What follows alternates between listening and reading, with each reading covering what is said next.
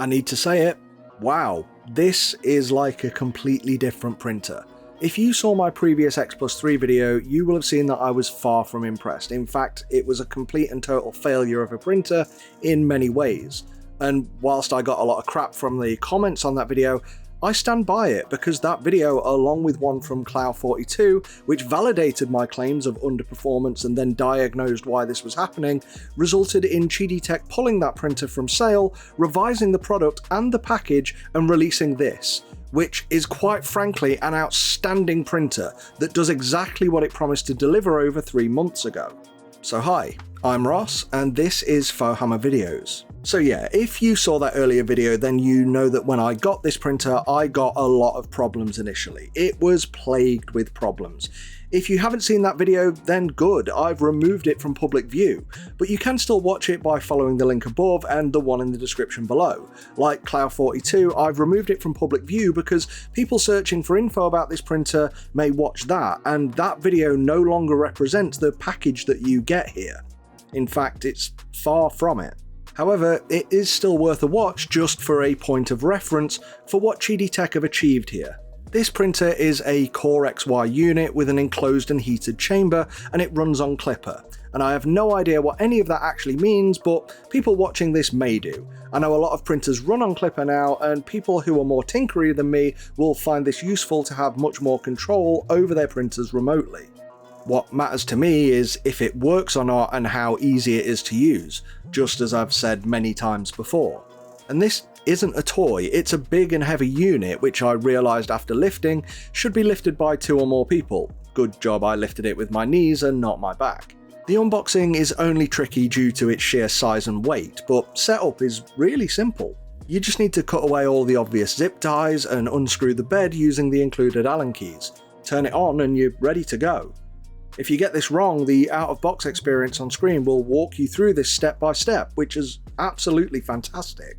The build volume is 28 by 28 by 27 centimeters, which is pretty large, especially for a fully enclosed unit. But what's most important to me is what it's actually like to use this printer.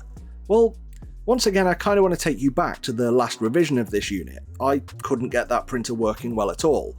Aside from my initial print using the included glass fiber ABS, I couldn't get many other prints working.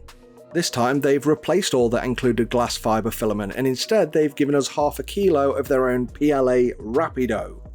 And this isn't just an easier and better material to use out of the box for beginners, but it makes sense to showcase the features of this printer better. And one of those primary features being the speed. Now, I do say that in loose terms because whilst this printer's advertised at 600mm a second speed, this isn't printing speed, it's maximum movement speed, so this is a benefit when moving between parts of a print, but when plastic is flowing, that speed is significantly limited by whatever material you choose. It's been the same with resin printers lately, they're all advertising these crazy speeds, but neglect to mention that this is at a significant cost to quality. Or in my case here, when I used this copper silk PLA filament, prints were so bad that they fell apart when removing them from the plate. But by just slowing things down slightly, I was able to get a much more successful print, and it could still do with being a bit slower. This isn't really a negative thing on the printer, the speed is a positive, it's kind of pointless. But like with all FDM printers now, I'll say it's more than fast enough for the majority of materials you're going to use. When coupled with a decent filament like this orange PLA Plus from Sunlu, I had absolutely no issues with any print or even its speed using the printer's generic PLA profile. It worked flawlessly this time. And I'm so happy to say it was the same with ABS too. This luminous yellow ABS filament I have is a couple of years old and it's been sat in my neighbour's garage for a good half of that. I just wanted to use it because I like the colour. And thanks to this filament dehumidifier box I got from iBoss recently, I was able to print with this, again with no issues. Though admittedly I did break the toaster when removing it from the plate because I didn't let it cool and the filament must have become a little bit brittle due to its time sat in a British garage. And this is why I recommend, if you haven't seen it, go and watch that old video, because this printer is a far cry from the just won't work and when it does it's no more than okay experience I had from the last X Plus. This printer blew me away, because even at speed when using a decent filament, it absolutely delivers. As shown in Cloud42's video, the issue with the last revision printer seemed to be that when the chamber heated up, the casing securing the Z-rails actually flexed and dropped when the temperature rose, so somewhere during a print the whole bed would drop more than 0.5 millimeter, and when we're working in microns that's far too much. So Qidi took this product off sale and revised all of their printers to now have a solid steel rail securing this at the base. And I think it's good, and they deserve to emboss this structure with their own logo, because this component should stand strong as a testament to how much respect I carry for Qidi right now. Despite being one of the lesser known brands, Qidi could have done what larger brands do, just ignore this feedback and push their printer out anyway to numerous unsuspecting purchasers. Yeah, the product was fundamentally broken, but the attitude of so many printer companies is shrug, your problem, consumer. And you won't need to watch many of my videos to figure out who I'm talking about here. I'll never confirm it, but yes, it's the one you're thinking of. But by Qidi putting the effort in, it shows more than a solid commitment to deliver quality to the end user, and there just isn't enough of that in this space. Another change they've made is to replace the carbon rods on the X-axis with steel rods. I've no idea why they've done this, but I can't see any performance drop due to the change. And it's not just the printer that's been improved upon either. The UI is now fully translated with all the options making sense, and everything appears to be in a sensible and mostly intuitive place. And they've even replaced the slicer. I don't just mean changed, I mean replaced. The previous version of Qidi Print was a ruined version of Cura, which did silly things like truncate the names of all the settings so you couldn't actually read them without hovering over each one for a couple of seconds. But now they've switched it up entirely to their own version of Prusa Slicer, which is a much better slicer anyway. Everything is set up here to get started straight away if you're using Qidi's filaments, or even some generic settings which work just fine for me, and fast for my own PLA or ABS. Now, this printer is still, it's not perfect. There are a couple of things I do find fundamentally a little bit daft still. One of those things is that the USB port is on the top and at the back of the printer. It is just silly placement, and it limits you as to where you can put this printer so you can have access to that port. But arguably you don't need it. You can connect the printer up to your network via the UI quite easily, then in Cura just add its IP address to the printer's settings page. From here you can send all your prints to the printer and even start them remotely. And honestly, apart from copying the USB files to my PC just to keep a backup of them, I've never touched that USB drive again. Another minor quirk is because of the design of the door, there's a few bends in the clear plastic to make it more aesthetically appealing. But the top of the door, these bends, they actually obscure the actual nozzle, so watching layers lay down to detect issues is quite tricky. It's fine for PLA because you can open the door and you can, and well, you should, remove the lid to peer in. But for ABS or other materials where the chamber should remain closed, it's a bit of a meddlesome feature. Finally, my biggest pet peeve, and this is with the placement of the filament holder. This holder is quite clever, where it's cleverer than most, because it's got a housing for a big bag of silica gel so that you can dehumidify your filament.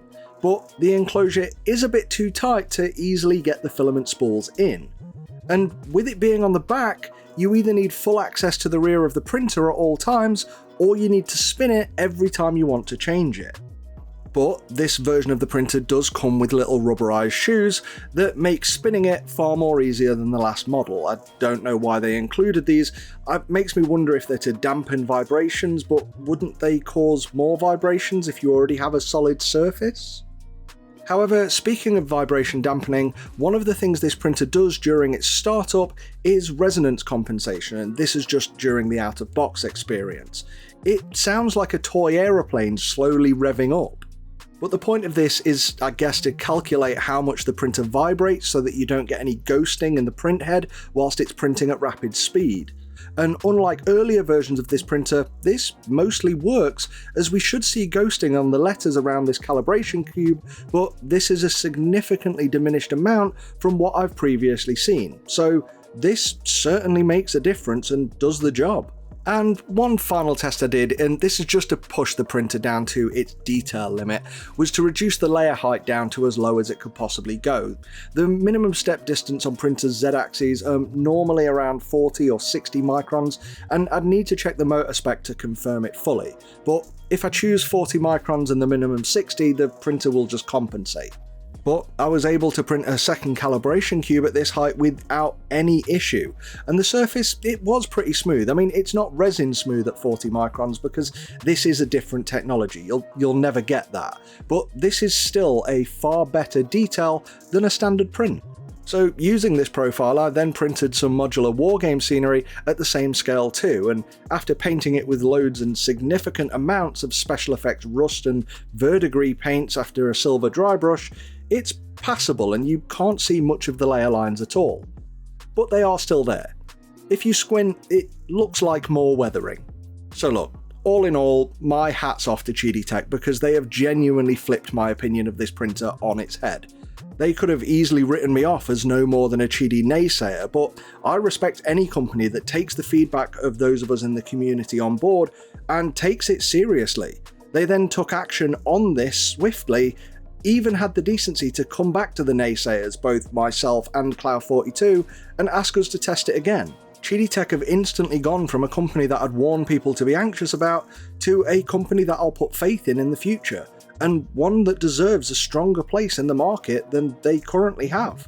So thank you, Qidi Tech. Thank you for being as awesome as you are. Thank you for being so mature about this. You are clearly doing the right things for you, us, the community, and everyone in order to ensure that you're delivering fantastic, high-quality printers. And I'd like to say thanks for everybody for watching too. I hope you found this useful and beneficial. I want to say a huge thanks to our channel members whose contributions help us when we're making this content. Please consider joining us by clicking the button on our channel page and you'll get early access, exclusive videos, your name in the credits, and priority responses to all of your comments. I really do appreciate everything you do as a community to help me make this content for you. So until next time, good afternoon, good evening, and good night. Fohammer out.